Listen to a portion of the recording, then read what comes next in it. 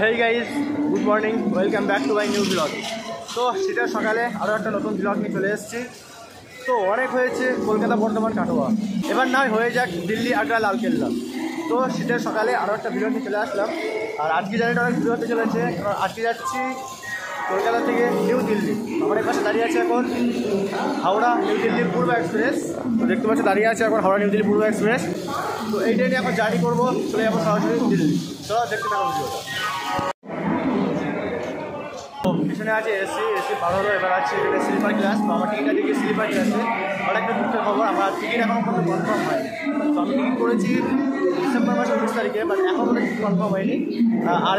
আরএসিতে আছে এখন, তো এখন শেয়ারিং করতে হবে। চলে এটি আমার পৌঁছাচ্ছি, এটা আমার পরের থেকে আছে S7। ওই যে আমার পৌঁছাচ্ছি S7, ওই আমার আছে সিট নাম্বার 63। তো আছে S7। তো সিট পরে বুঝবো, তার আগে চলো সামনের দিক থেকে ঘুরে আসি। যে লোকোমোটিভটা আছে সেটা দেখে আসি। তো ওই পূর্ব এক্সপ্রেস দুটো আছে, একটা হচ্ছে 12-303, যেটা আমি জার্নি করছি। এটার টাইম আছে সকাল হাওড়া থেকে সকাল 8টা বেজে 8টায়, রাইট 8টায় ছাড়ে। আরেকটা আছে পূর্ব এক্সপ্রেস, সেটা হচ্ছে 12-381। তো ওটা ছাড়বে 8টা 15-য়। তো মানে প্রত্যেক দিন ট্রেনটা চলে, কিন্তু অল্টারনেট করে চলে। কোনো দিন 8টায় ছাড়ে, কোনো দিন 8টা 15 ছাড়ে। দুরকম ট্রেন আছে, তোমরা একটু যখন ট্রেনে জার্নি করবে তখন জাস্ট এটা একটু খেয়াল করে নেবে। আমি যেটা যাচ্ছি হচ্ছে 12-303 হাওড়া নিউ দিল্লি পূর্ব এক্সপ্রেস। আর এদিকে জেনারেলে লম্বা লাইন দেখো শুধু, মানে জেনারেলে যাওয়া কতটা কষ্ট বুঝতে পারছো তোমরা। এতটা লম্বা লাইন পেরিয়ে তারপরে যেতে হবে সিট খুঁজতে। ও ভাই ভাই, দেখো লাইনটা দেখো শুধু। জেনারেলের অবস্থা দেখো।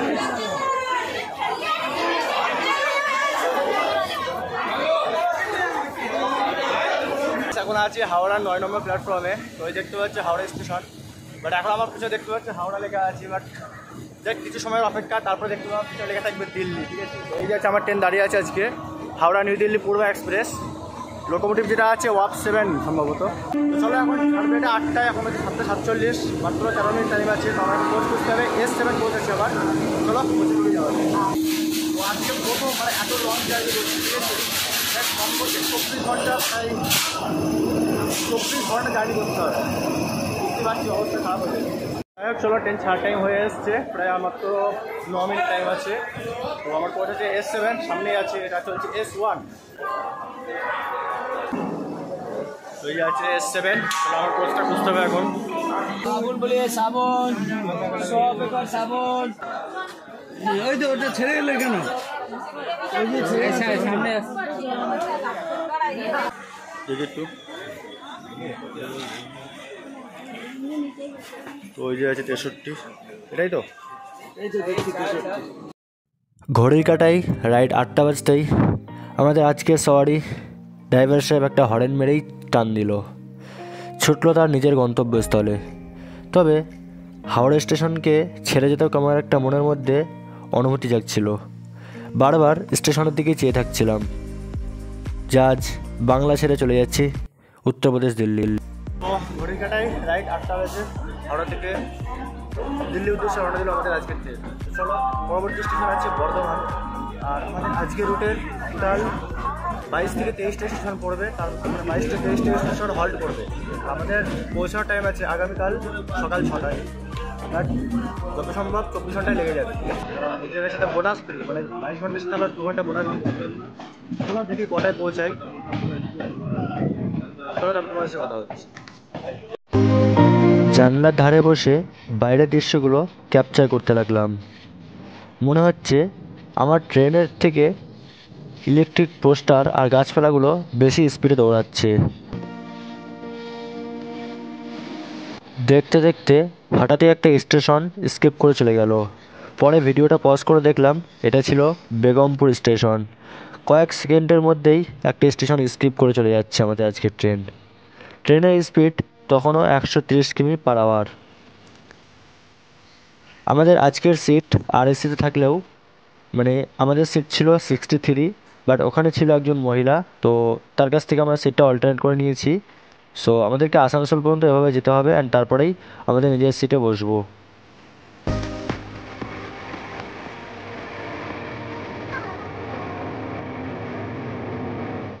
এই আর কি, দেখতে দেখতে চলে আসলাম লোহা ইস্পাতের শহর দুর্গাপুর। 2 মিনিটের হল্ট ছেড়ে একটা ছোট্ট বাঁশি বাজিয়ে ট্রেন আবার চলল তার গন্তব্যের দিকে।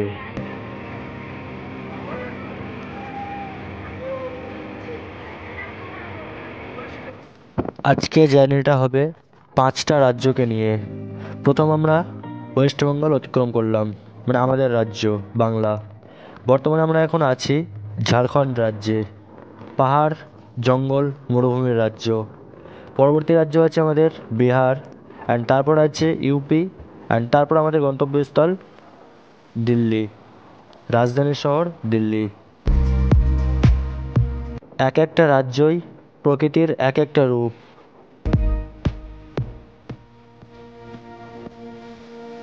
ছোট্ট একটি পাহাড়ের পাশে ছোট্ট একটি গ্রাম, ছোট্ট একটি গ্রামের মাঝে পড়ে আছে একটি স্টেশন।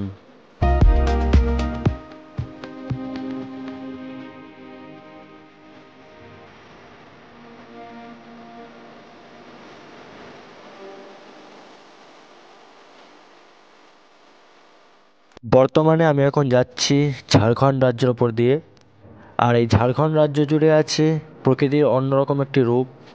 পাহাড় ঝর্ণা জঙ্গল, মায়াবী আকর্ষণ এই ঝাড়খণ্ড রাজ্যে আছে।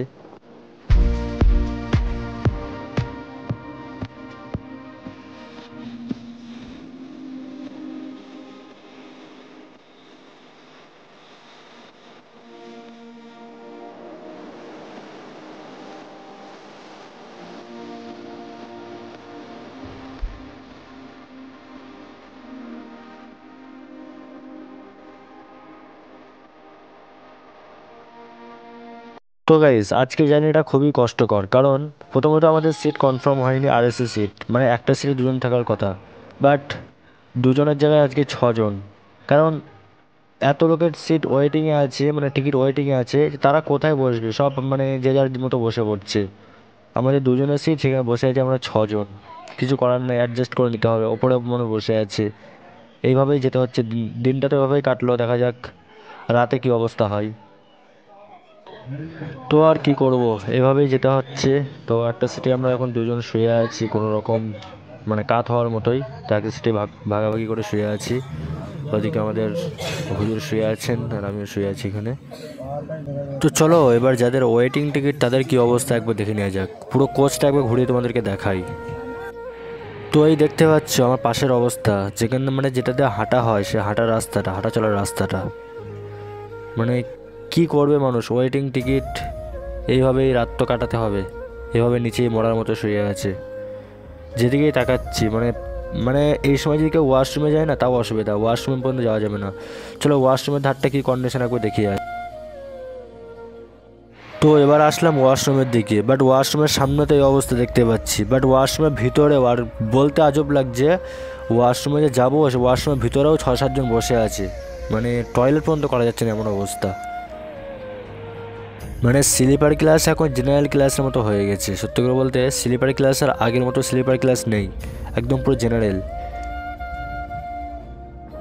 তো আর কি, এইভাবেই দিন শেষে রাত শেষে দিন হতে চললো।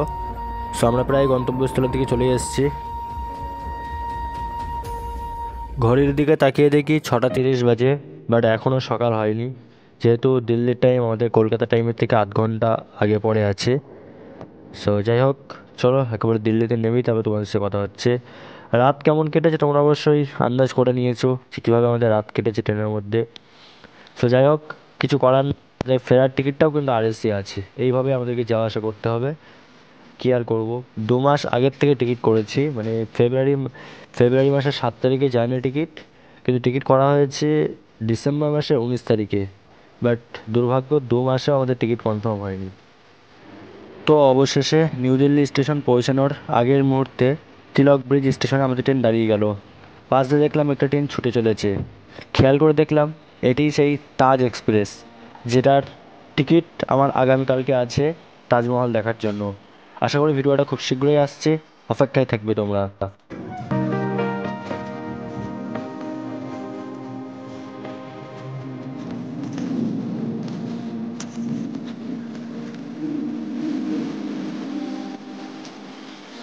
তো গাইস ফাইনালি চলে আসলাম দিল্লি। তো বাজে 7:14, ছটায় টাইম ছিল, 1 ঘন্টা 15 মিনিট বোনাস।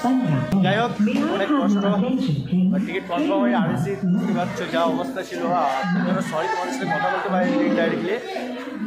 তো এখন চলো এখানে কোথায় যাচ্ছি দেখতে পাবে। ওই যে আমাদের পিছনে কোচ S7।